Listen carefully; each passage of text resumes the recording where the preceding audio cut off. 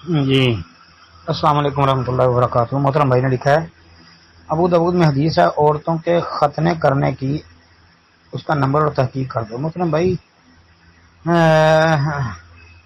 اس حوالے سے ایک روایت آتی ہے ام عطیہ انصاریہ رضی اللہ عنہ کے حوالے سے، جس میں وہ ہے کہ مدینہ میں ایک عورت ختنہ کرتی تھی، اس سے نبی کریم نے فرمایا ختنہ میں مبالغہ نہ کیا کریں کیونکہ یہ عورت کے لیے باعث لذت اور مرد کے لیے پسندیدہ ہے۔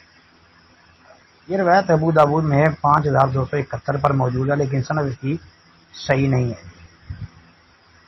سند اس کی ضعیف ہے، کیونکہ اس کی سند میں عبد الملک بن عمیر یہ مدلس ہے، اس نے سما کی صراحت نہیں کی، اور سیدہ ام عطیہ رضی اللہ عنہ سے اس کا سما جو ہے وہ بھی ثابت نہیں ہے۔ اور پھر محمد بن حسان وہ مجہول ہے، جیسا کہ امام ابو داؤد وغیرہ کا بھی یہی موقف ہے۔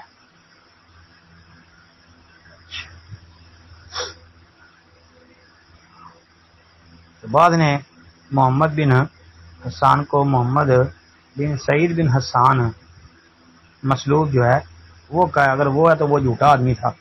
بہرحال یہ روایت ثابت نہیں، اور اس بارے میں جتنی بھی روایات ہیں تقریباً ساری ضعیف ہی ہیں۔ السلام علیکم ورحمۃ اللہ۔